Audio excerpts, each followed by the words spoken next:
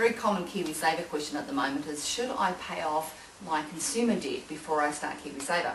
Now that's an interesting question, because if we look at it from a purely technical perspective, let's say that you've got a credit card and you're currently paying 20% interest on it. Okay, so, which is quite a high amount of interest, and so you tend to think, well, maybe I should pay that off first. But if we think about it for a moment, the government pays us $1,000 to get started on Kiwisaver today.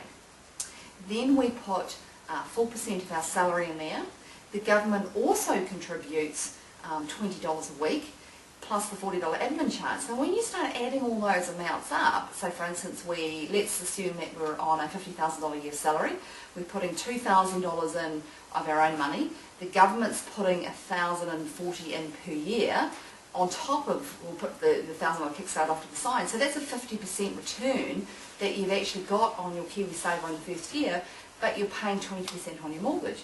So if you look at it from that perspective, to me it makes sense to start Kiwisaver regardless of whether you've still got consumer debt or not.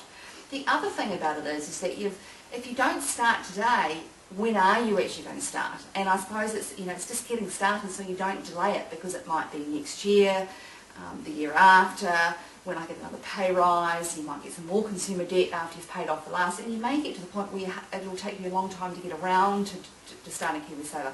So in my view, just get into Kiwisaver as soon as you possibly can, and still focus on paying off that consumer debt. And I guess the other point is I'm personally not convinced that just because you don't join Kiwisaver that you're going to pay off your debt much faster.